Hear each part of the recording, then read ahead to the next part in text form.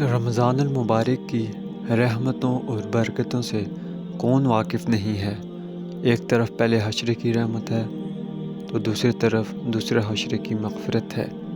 اگر ایک طرف تیسرے حشر میں نجات کا فرمان ہے، وہیں تیسرے حشر کی طاق راتوں میں لیلۃ القدر کی نوید ہے۔ گناہوں کی پوٹلی سر پر اٹھائے سرکشی پر اترے ہوئے ہم ندان اور نام کے مسلمانوں کی زندگیوں میں ایک بار پھر رمضان المبارک کی لیلۃ القدر ہمیں نصیب ہونے جا رہی ہے۔ ہم جتنا بھی شکر ادا کریں وہ کم ہے۔ اپنے نفس پر قابو پانے کا سنہری موقع حاصل ہوتا ہے رمضان المبارک میں۔ اگر ایک طرف سحری کی چاشنی ہے تو دوسری طرف افطار کی برکت ہے۔ لیلۃ القدر وہ رات ہے جس میں ایک نفل کا ثواب ایسا ہے گویا کہ نفل ادا کرنے والے نے 84 سال تک نفلی عبادت کی ہو۔ آپ صلی اللہ علیہ وآلہ وسلم سے پوچھا گیا، یا رسول اللہ، لیلۃ القدر کی کوئی خاصیت بتائیں۔ آپ صلی اللہ علیہ وسلم نے فرمایا، شب قدر معتدل ہوتی ہے، یعنی نہ زیادہ گرم اور نہ زیادہ ٹھنڈی۔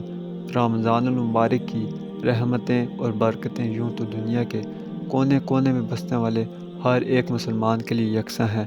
رمضان المبارک کی قدر و اہمیت ہر ایک مسلمان کے دل کے لیے ایک عظیم درجہ رکھتی ہے، لیکن ہم پاکستان میں بسنے والے مسلمانوں کے لیے رمضان المبارک کا مہینہ دو طرفہ اہمیت کا حامل ہے۔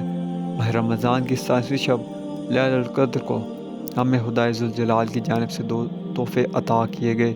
پہلا تحفہ، لیلۃ القدر میں صلی اللہ علیہ وسلم ہمیں قرآن مجید کا تحفہ ملا، ایک ایسی کتاب جو روز اول سے روز آخر تک ہر پہلو، چاہے پھر وہ سماجی ہو، سیاسی ہو، دینی ہو، چاہے دنیاوی ہو، میں مدد کرتی ہے۔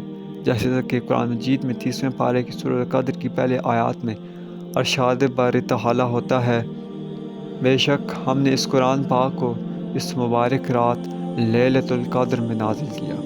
دوسرا تحفہ، ہمارا سونا پاکستان میں بھی اسی رات ہماری جھولیوں میں ڈالا گیا جب انگریزوں کی قید میں بسنے والے ہم مسلمانوں کو اپنی زندگی اپنی طرز سے جینے کا حق ملا۔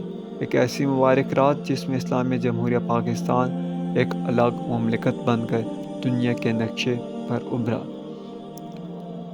وہ رات جب غلامی کے زنجیریں باؤں سے کاٹ سے آزادی کا فرمان ہمارے ہاتھ میں تھاما گیا۔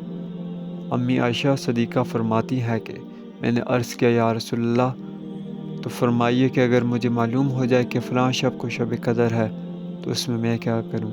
تو آپ صلی اللہ علیہ وسلم نے فرمایا، یوں کہو، ترجمہ، اے اللہ، تو بڑا معاف کرنے والا ہے، معافی سے محبت رکھتا ہے، تو مجھے معاف کر دے۔ لیکن ان تمام تر انعامات و کرامات و نواشات کے ہوتے ہوئے بھی ہم ہیں کہ دھوکہ دہی اور ڈنڈے مارنے سے باز نہیں آتے۔ ہم عبادت کرتے ہیں تو جنت کے حصول کے لیے، ہم خدا کی تسبیح پڑھتے ہیں تو گنگر کے لیے۔ ارے بھولے ہو لوگو، اس خدا سے کیسا حساب کرنا جو بھی حساب دیتا ہے۔ ہمارا مقصد صرف اور صرف خدا تعالیٰ کی رضا اور خوشنودی ہونی چاہیے، پھر دیکھنا جنت تو بن مانگے ہی ہمارے جھولی میں ڈال دی جائے گی۔ اس بابرکت رات کی بنسبت زیادہ سے زیادہ عبادت کریں، اپنے گناہ کی معافی مانگیں، وہ رؤوف الرحیم معاف کرنے والی ذات ہے۔ اس ویڈیو کو لائک کریں اور چینل کو سبسکرائب کریں اور دعاؤں میں اسپیشلی یاد رکھیے گا۔ خدا حافظ، السلام علیکم۔